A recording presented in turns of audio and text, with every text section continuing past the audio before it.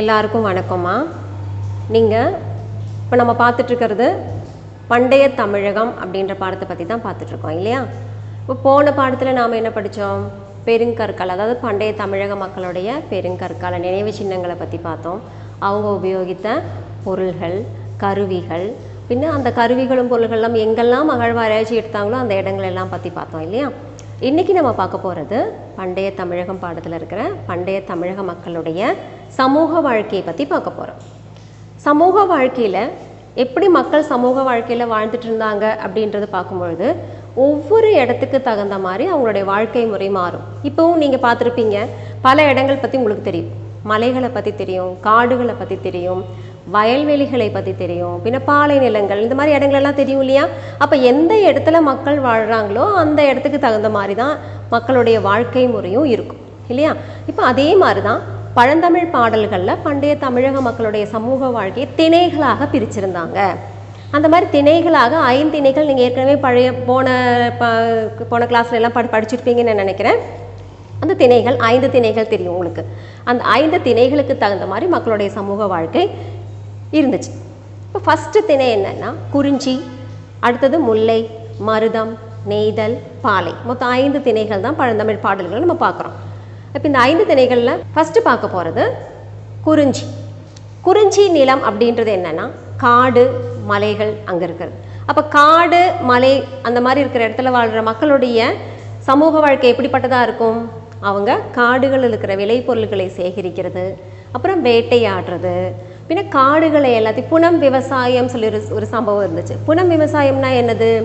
காடுகளில் இருக்கிற காடுகளை எல்லாம் மரங்களை எல்லாம் அழிச்சிட்டு அந்த இடத்த விவசாய நிலமாக மாற்றி விவசாயம் செய்யும் முறை தான் புனம் விவசாயம் அப்படின்னு சொல்கிறது.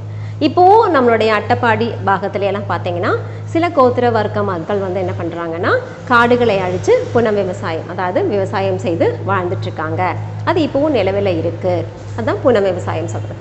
அப்போ காடு, மலை ஆகிய பகுதிகளில் மக்கள் வாழ்கிற மக்கள் அவங்க வேட்டையாடுறாங்க. அதுக்கப்புறம் காடுகளில் கிடைக்கிற விளைபொருள்கள் எல்லாம் என்ன பண்ணுறாங்க? சேகரிக்கிறாங்க. இந்த மாதிரி வாழ்க்கையை அவங்க வாழ்ந்துட்டு இருந்தாங்க. அதுக்கப்புறம் பார்க்க போகிறது முல்லை நில மக்கள். முல்லை நிலம் எப்படி? இது புல்மேடுகளாக இருக்கும்.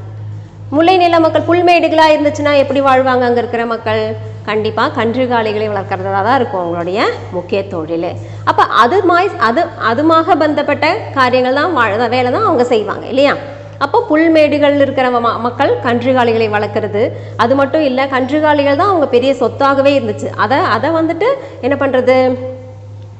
கைப்பற்றுறதுக்காக ஒரு போர் மாதிரி, அந்த மாதிரி போரும் செய்கிற முறை இருந்துச்சு அப்படின்றாங்க. அப்போ முல்லை நில மக்கள், முல்லை அப்படின்னா என்ன? முல்லை நிலம்னா என்னது? புல்வெளிகள் நிறைந்த இடமாக இருக்கும் அப்படின்றது நம்ம புரிஞ்சுக்கிறோம். அதுக்கப்புறம் பார்க்க போனால் பாலை நில மக்கள். பாலைவனம், நீங்கள் ஏற்கனவே பாலைவனம், இந்தியாவில் கூட பாலைவனம் இருக்குது இல்லையா? ராஜஸ்தானில் தார் பாலைவனம் தான் நம்மளோட இந்தியாவில் இருக்கிற பாலைவனம் சொல்கிறது. அப்போ இந்த பாலை நிலத்து மக்கள் என்ன பண்ணுவாங்க? அவங்களுக்கு விவசாயம் செய்ய முடியுமா? முடியாது. அப்புறம் வேறு ஏதாவது தொழில் செய்ய முடியுமா? முடியாது. வேட்டையாடுறதுக்கு காடுகள் இருந்தால் தான் வேட்டையாடவும் முடியும் இல்லையா? அப்போ அங்கே இருக்கிற மக்கள் என்ன செய்வாங்கன்னா வழிப்பறி, அதாவது கன்றுகாலிகளையோ இல்லைன்னா அந்த வழியாக போகிற ஆளுங்களுடைய பொருள்களை என்ன பண்ணுறது? பறிச்செடுக்கிறது. அதுதான் அவங்களுடைய தொழிலாக இருந்துச்சு. கால்நடைகளை பிடிக்கிறது ரொம்ப முக்கியமாக இருந்தாங்க, அதில் இருந்தாங்க. அடுத்தது மருதம் நில மக்கள் என்ன பண்ணிட்டு இருந்தாங்க? வயல் நிலங்களாக இருந்துச்சு. வயல் நிலத்தில் நாம் என்ன பண்ணுவோம்? விவசாயம் செய்வோம். நெல், கரும்பு, இந்த மாதிரி விவசாயங்கள்லாம் வயல் நிலத்தில் இருக்கிற மக்கள் செஞ்சுட்டு இருந்தாங்க. வயல் நிலத்தில் வாழ்கிற வயலில் நெய்தல் நில மக்கள்னு சொல்லுவோம் நம்ம இல்லையா? அப்போ அது வாழ்ந்துட்டு இருந்தாங்க. அது மட்டும் கிடையாது, நம்ம ஏற்கனவே பார்த்தோம் பண்டைய தமிழகத்தில் இரும்பாலான கருவிகள் பயன்படுத்தி இருந்தாங்கன்னு படித்தோம். அப்போ அந்த வயலில் வந்து கண்டிப்பாக வேலை செய்யும்போது கண்டிப்பாக என்ன வேணும், கலப்பையெல்லாம் வேணும் இல்லையா? அப்போ இரும்பாலான கலப்பைகளை கூட அவங்க என்ன பண்ணிட்டு இருந்தாங்க, உபயோகிச்சுட்டு இருந்தாங்க. அதுக்கான ஆதாரமும் நமக்கு கிடைச்சிருக்கு. அடுத்த நிலப்பகுதி என்னது? இப்போ நம்ம குறிஞ்சியை பார்த்தோம், அதுக்கப்புறம் நெய்தல் பார்த்தோம், பாலை பார்த்தோம், முல்லை பார்த்தோம். அதுக்கப்புறம் என்னது, நெய்தல் நில மக்களை பற்றி பார்க்க போகிறோம். நெய்தல் நில மக்கள் எங்கே வாழ்ந்துட்டு இருந்தாங்க? கடற்கரை பகுதிகளில் தான் வாழ்ந்துட்டு இருந்தாங்க. கடற்கரை பகுதியில் வாழ்கிற மக்களுடைய வேலை என்னவா இருக்கும்? மீன் பிடிக்கிறது, மீன்களை எல்லாம் வளர்த்துறது, அப்புறம் உப்பு காய்ச்சறது. இதுதான் அவங்களுடைய முக்கிய வேலையாக இருந்துச்சு. அப்போ அவங்க என்ன பண்ணாங்க, அதை தான் முக்கிய தொழிலாகவே செய்து வாழ்ந்துட்டு இருந்ததுனால அவங்களுடைய வாழ்க்கை முறை மீன் பிடித்தல், கடலோடு சேர்ந்ததாக இருந்துச்சு அப்படின்னு நம்ம பார்க்குறோம். இப்போ பழைய காலத்தில் நம்ம பண்டைய தமிழக மக்களுடைய வாழ்க்கை முறையெல்லாம் இப்போ கொஞ்சம் பார்த்தோம். அதாவது நிலத்துக்கு தகுந்த மாதிரி பழந்தமிழ் பாடல்களில் திணைகளாக 5 திணைகளாக பிரிச்சுட்டு அந்த திணைகளுக்கு தகுந்த மாதிரி அங்கே வாழ்கிற மக்களுடைய வாழ்க்கை முறை இருந்ததுன்றது நமக்கு தெரியுது இல்லை? இந்த கடற்கரையில் வாழ்கிற மக்கள் எப்படி உப்பை உண்டாக்குறாங்க? கடல் நீரை வந்து என்ன பண்ணுவாங்க, உப்பளங்களில் தேக்கி வைப்பாங்க. அதுக்கப்புறம் அது வற்றினதுக்கப்புறம் அங்கேருந்து உப்பை என்ன பண்ணாங்க, எடுத்துகிட்டு இருந்தாங்க. அதுக்கப்புறம் நம்ம பார்க்க போகிறது, இப்போ நம்ம பார்த்தோம் சமூக வாழ்க்கை எப்படி இருந்துச்சுன்னு சொல்லி பார்த்தோம். அதுக்கப்புறம் பார்க்க போகிறது பரிமாற்ற அமைப்பு.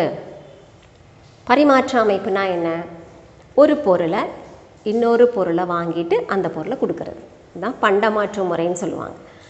அந்த பரிமாற்ற அமைப்பில் என்னெல்லாம் அதாவது ஒவ்வொரு நிலத்திலையும் நம்ம பார்த்தோம், நம்ம திணைகளில் ஒவ்வொரு திணையிலையும் வாழ்கிற மக்கள் ஒவ்வொரு வேலையை குறிப்பிட்ட வேலையை செஞ்சுட்டு இருந்தாங்கன்னு பார்த்தோம். ஒவ்வொரு தொழிலை செஞ்சுட்டு இருந்தாங்க, அவங்களோட வாழ்க்கை முறை அப்படி தான் இருந்துச்சுன்னு பார்த்தோம் இல்லையா? அப்போது எல்லாருக்குமே எல்லா பொருளுமே கிடைக்குமா? அது ஒரே இடத்துல கிடைக்காது. அப்போது இல்லாத பொருளை இருக்கிற இடத்துலேருந்து என்ன பண்ணுறது, வாங்கிறது. அப்போது இங்கே இருக்கிற பொருளை அங்கே கொடுக்கறது, அங்கே இருக்கிற பொருளை அந்த திணையில் இருக்கிற பொருளை இந்த திணைக்கும் இந்த திணையில் இருக்கிற பொருளை அந்த திணைக்கும் பரிமாற்றம் செய்கிறது தான் பரிமாற்ற அமைப்பு அப்படின்னு சொல்கிறது. அதில் ஒரு சின்ன பாடல் கொடுத்துருக்காங்க, ஒரு 2 வரி பாடல் கொடுத்துருக்காங்க பாருங்கள். பொன்னராற்று படை அப்படின்ற இதுலேருந்து எடுத்திருக்காங்க. தேன் நெய்யோடு கிழங்கு மாற்றியோர் மீன் நெய்யோடு தரவு மருகவும். அதுலேருந்து என்ன புரியுது உங்களுக்கு? தேனும் நெய்யும் கிழங்கும் கைமாற்றம் செய்தவர்கள் அவற்றுக்கு பதிலாக மீனும் நெல்லும் வாங்கி சென்றனர் அப்படின்னு தெரியுது. அப்போ என்ன அர்த்தம்? அதாவது தேனும் நெய்யும் கிழங்கும், அதாவது காடுகளில் கிடைக்குது, நெய்யும் கிழங்கு, அதாவது கன்றுக்காலிகளை வளர்க்குறவங்க நெய் உருவாக்குறாங்க. அப்போ இந்த பொருள்களை எல்லாத்தையும் கொடுத்துட்டு மீனும் உப்பு இந்த மாதிரி பொருள்களை என்ன பண்ணாங்க, பரிமாற்றம் செஞ்சாங்கன்னு தெரியுது நமக்கு. இதில் பொருள்களுக்கு பதிலாக பொருள்களை பரிமாற்றம் செய்கிறது அப்படின்னு சொல்கிறோம் நம்ம. இந்த பொருள்களை பரிமாற்றம் செய்யும் பொழுது நம்ம பரிமாற்றம் செய்ய இடம் இருக்கு இல்லையா? அந்த மாதிரி இடத்த நம்ம இப்போ நமக்கு வந்து கடைகள்லாம் இருக்குது, காம்ப்ளெக்ஸ், அதாவது மால், நம்ம டிபார்ட்மெண்ட் ஸ்டோரு, இந்த மாதிரி பெரிய பெரிய கடைகள்லாம் இருக்குது. நம்ம டவுனுன்னு சொல்கிறோம், இல்லைன்னா சிட்டின்னு சொல்கிறோம். அங்கே நிறைய எல்லா வகையான பொருட்களுமே ஒரே இடத்துல கிடைக்கிற மாதிரி பல வகையான கடைகள் அங்கே இருக்குது இல்லையா? பழைய காலத்தில் அந்த மாதிரிலாம் இல்லாமல் இருந்துச்சு. அப்போ என்ன பண்ணாங்க, ஒரு மாதிரி அங்காடி அப்படின்னு சொன்னாங்க. அதுக்கு அங்காடினா என்னது? ஒரு இடத்துல என்ன பண்ணுவாங்க, அவங்கவுங்க உற்பத்தி பண்ண, அதில் எல்லா திணையில் வாழ்கிற மக்களும் அவங்கவுங்க உற்பத்தி பண்ண பொருள்களை அந்த இடத்துக்கு வந்துட்டு ஒரு நாளைக்கு என்ன பண்ணுவாங்க, விற்பனை செய்வாங்க. இந்த மாதிரி பண்டைய தமிழகத்தில் அங்காடிகளாக இருந்தது அல்லாவண்ணம், நாலங்காடி. அல்லாவண்ணம்னா என்னது? அந்தி சந்தைன்னு சொல்கிறது. நாலங்காடி அப்படின்றது காலையில் சந்தை. காலையில் இப்போ நம்ம சில பொருள்கள் வந்து காலையில் விற்பனை செஞ்சே தீரணும், சில பொருள்கள் வந்து சாயந்தரமும் விற்பனை பண்ணால் குழப்பம் இல்லைன்ற மாதிரி இருக்கும் இல்லையா? காலையில் கண்டிப்பாக விற்பனை செஞ்சே தீரணுன்ற பொருள்கள்லாம் நமக்கு நல்லாவே தெரியும். என்னது? பால், நெய், இந்த மாதிரி பொருள்களும், பின்ன கீரைகள், பின்ன நமக்கு வீட்டுக்கு தேவையான நம்ம சமைக்கிறதுக்கெல்லாம் தேவையான காய்கறிகள், இதெல்லாம் காலையில் விற்பனை பண்ணணும் இல்லையா? அப்போ அதுக்காக தான் அல்லாவண்ணம் நாலங்காடி அப்படின்றது, அதாவது அந்தி சந்தை என்னது, அதுக்கப்புறம் காலை சந்தை அப்படின்ற ஒரு அங்காடியை என்ன பண்ணியிருந்தாங்க, உபயோகிச்சுட்டு இருந்தாங்க. இந்த அங்காடியில் நம்மளுடைய அன்றாட தேவைகளுக்கு தகுந்த மாதிரி இருக்கிற பொருள்கள் எல்லாம் அங்கே கிடைச்சிது. அது மட்டும் கிடையாது, பழந்தமிழ் பாடல்களில் நிறைய காய்கனிகளை பற்றி கேள்விப்பட்டிருப்பீங்க. அந்த பண்டைய தமிழகத்தில் மெயினாக காய்கனிகளில் பலாப்பழம்தான் அவங்களுக்கு நிறைய உற்பத்தி பண்ணியிருந்தாங்க, அதெல்லாம் இருந்துச்சு அப்படின்றத நம்ம தெரிஞ்சுக்கிறோம். அதாவது பழந்தமிழ் பாடல்களில் பகுதி முக்காலும் தேன் சிந்தும் பலா அப்படின்ற மாதிரி நிறைய பாடல்கள் அந்த மாதிரி வார்த்தைகள்லாம் வர மாதிரி இருக்கும். அப்போ காய்கனிகளிலேயே வைத்து பலாப்பழங்களை தான் அவங்க என்ன பண்ணியிருந்தாங்க, கூடுதலாக உற்பத்தி பண்ணியிருந்தாங்க. இந்த பலாப்பழத்தை பற்றி பழந்தமிழ் பாடல்களில் நிறைய குறிப்புகள் இருக்கு. அடுத்தது அகநானூர்லேருந்து சில அடிகள் இங்கே கொடுத்துருக்காங்க, ஒரு 4 வரி கொடுத்துருக்காங்க. அதை நான் வாசிக்கிறேன். அதுக்கப்புறம் நீங்கள் என்ன பண்ணுறீங்க, அதை நீங்கள் உங்கள் புக்கு கையில் வச்சுருப்பீங்கன்னு நான் நினைக்கிறேன். அதை நீங்கள் என்ன பண்ணுறீங்க, கவனிக்கிறீங்க. வாசிக்கும் போது அதை அப்படியே கவனிச்சுட்டே வாங்கம்மா. உப்பளங்களில் விளைந்த உப்பு பரல்கள் உறக்க விலை பேசி கொண்டு போகும் வியாபாரிகள் வண்டிக்காளைகளை நுகம் இலக்கி மேயவிட்ட கல்லால் அடுப்பு கூட்டி சமையல் செய்யும் உணவு. இது அகநானூர்ல இருக்கிற ஒரு பாடல். இந்த பாடல்ல என்ன தெரியுது, உப்பு முக்கியமான பரிமாற்ற பொருளாக இருந்துச்சு. ஏன்னா எல்லாருக்குமே உப்பு வேணும் இல்லையா. நம்ம சமைக்கும் போது சமையல்ல நம்ம சாப்பிட்ற சாப்பாட்டில் உப்பு இல்லைன்னா கண்டிப்பாக நம்ம என்ன பண்ண மாட்டோம், சாப்பிடவே மாட்டோம், பிடிக்கவும் பிடிக்காது இல்லையா. எவ்வளோ நல்ல சாப்பாடாக இருந்தாலும் அதில் உப்பு இல்லைன்னா என்ன ஆகும், நல்லா இருக்காதுன்னு சொல்லுவோம், நம்ம நல்லாவே இல்லைன்னு சொல்லுவோம், உப்பு இல்லைன்னு சொல்லுவோம் நம்ம இல்லை. அப்போ உப்பு தான் எல்லா திணை மக்களுக்கும் அத்தியாவசியமான பொருள் என்னவா இருந்துச்சு, உப்பாக இருந்துச்சு. அப்போ அந்த உப்பு முக்கிய பரிமாற்ற பொருளாக இருந்துச்சு. இந்த உப்பை விற்கிறவங்களை உமணர்ன்னு சொல்லியிருந்தாங்க. அந்த உமணர்கள் தான் என்ன பண்ணுவாங்க, உப்பு உலர்ந்த மீன்கள்லாம் இருக்கு இல்லையா, உலர்த்தின மீன்கள்லாம் இருக்கு இல்லையா, அதையெல்லாம் கொண்டு மற்றுள்ள திணைகளுக்கு கொண்டு போய் விற்பனை செஞ்சிட்டு இருந்தாங்க. இவங்க ஒரு வியாபார குழுவாகவே செயல்பட்டு இருந்தாங்க. அதே மாதிரி பண்டைய தமிழகத்துல முக்கிய ஏற்றுமதி பொருளாக இருந்தது வாசனை திரவியங்கள். இந்த வாசனை திரவியங்கள் உமணர்கள் வழியாக தான் வெளிநாடுகளுக்கு ஏற்றுமதி செய்யப்பட்டது. எப்படின்னா, இந்த உமணர்கள் என்ன பண்ணுவாங்க, எல்லா திணைகளுக்கும் போய் உப்பை வியாபாரம் செய்யும் போது அங்க இருக்கிற இந்த வாசனை திரவிய பொருள்களை என்ன பண்ணுவாங்க, வாங்கிட்டு வந்துட்டு இங்க இந்த உமணர்கள் என்ன பண்ணாங்க, கடற்கரையில் இருக்கிற உலர்த்திய மீனையும் உப்பையும் மற்ற திணைகளில் போய் வியாபாரம் செஞ்சுட்டு அங்கிருந்து நல்ல மிளகு, வாசனை திரவியங்கள் ஆகியவற்றை இங்கே கொண்டு வந்து கடற்கரை சைடில் இருக்கிற அங்காடிகளில் கொண்டு விற்றாங்க.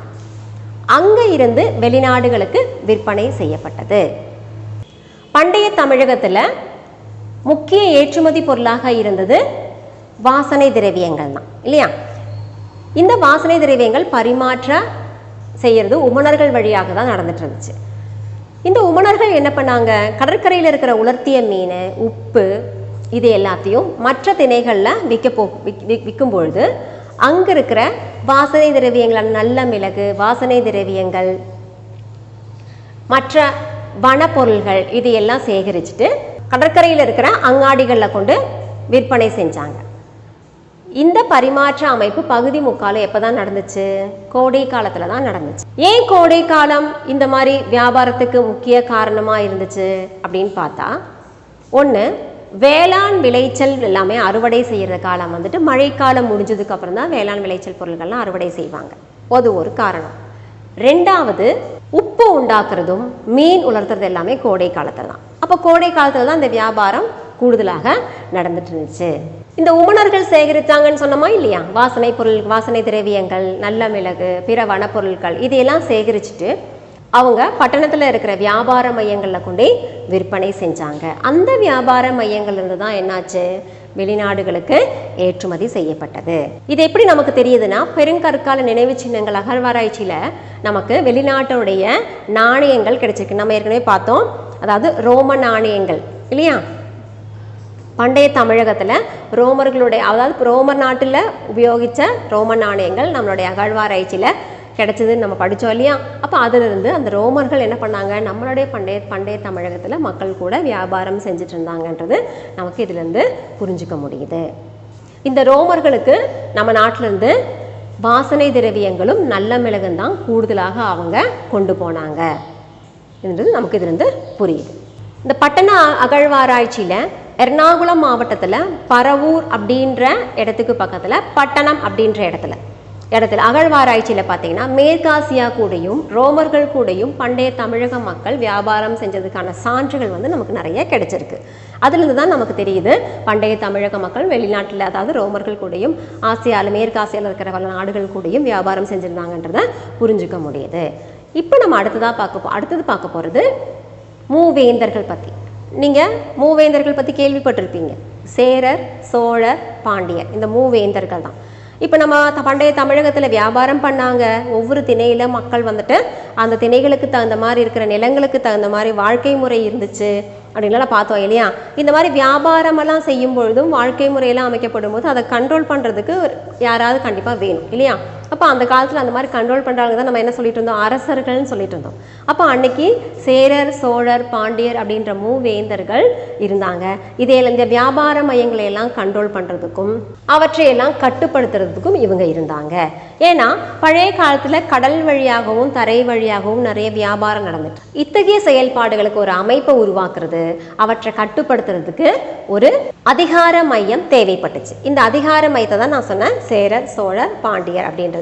இந்த அதிகார மையங்களை இவங்க தான் என்ன பண்ணியிருந்தாங்க, கட்டுப்படுத்தி இருந்தாங்க. இந்த சேரர்களுடைய தலைநகர், இவங்களுடைய தலைநகரங்களே பார்த்தீங்கன்னா ஒரு பெரிய வியாபார மையமாக தான் செயல்பட்டு இருந்துச்சு. சேரர்களுடைய தலைநகரம் முசிறியும், சோழர்களுடைய தலைநகரம் உறையூரும், பாண்டியர்களின் தலைநகரம் மதுரையுமாக இருந்துச்சு.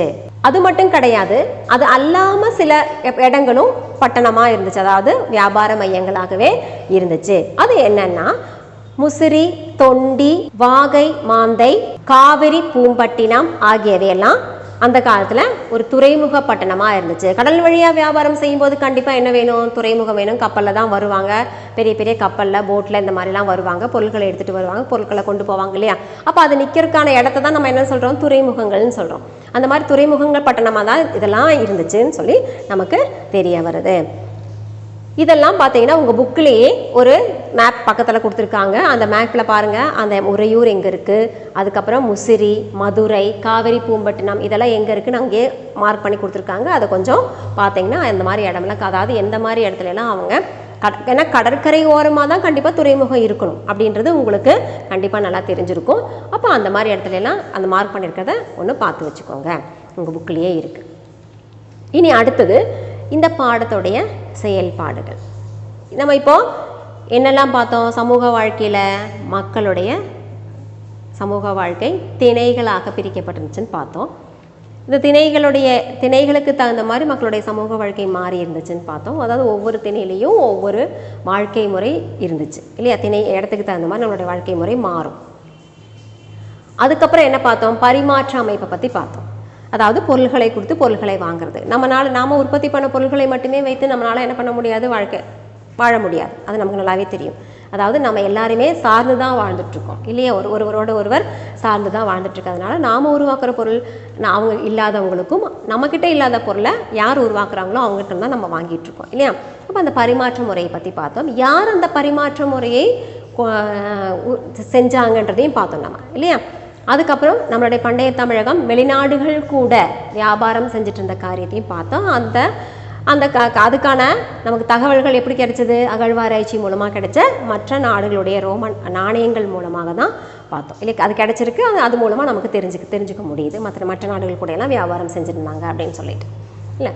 இனி நீங்கள் என்ன பண்ணுறீங்க, ஒரு கொஸ்டின்ஸ் நான் கொடுக்குறேன். அந்த கொஸ்டின்ஸ்க்கான ஆன்சர் எல்லாம் உங்கள் புக்லேயே இருக்குது.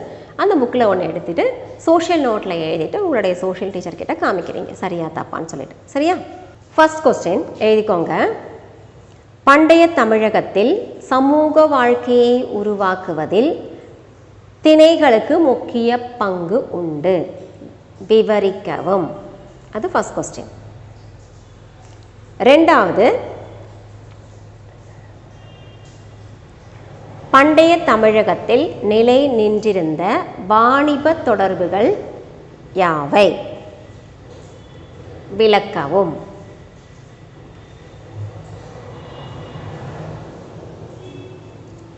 மூணாவது, பண்டைய தமிழகத்தில் அங்காடிகளாக செயல்பட்டவை யாவை. இந்த 3 கொஸ்டினுடைய ஆன்சரும் நீங்கள் என்ன பண்ணுறீங்க, எழுதுறீங்க. ஆன்சரை எழுதிட்டு நீங்கள் உங்கள் சோஷியல் டீச்சர்கிட்ட காமிக்கிறீங்க. நன்றி.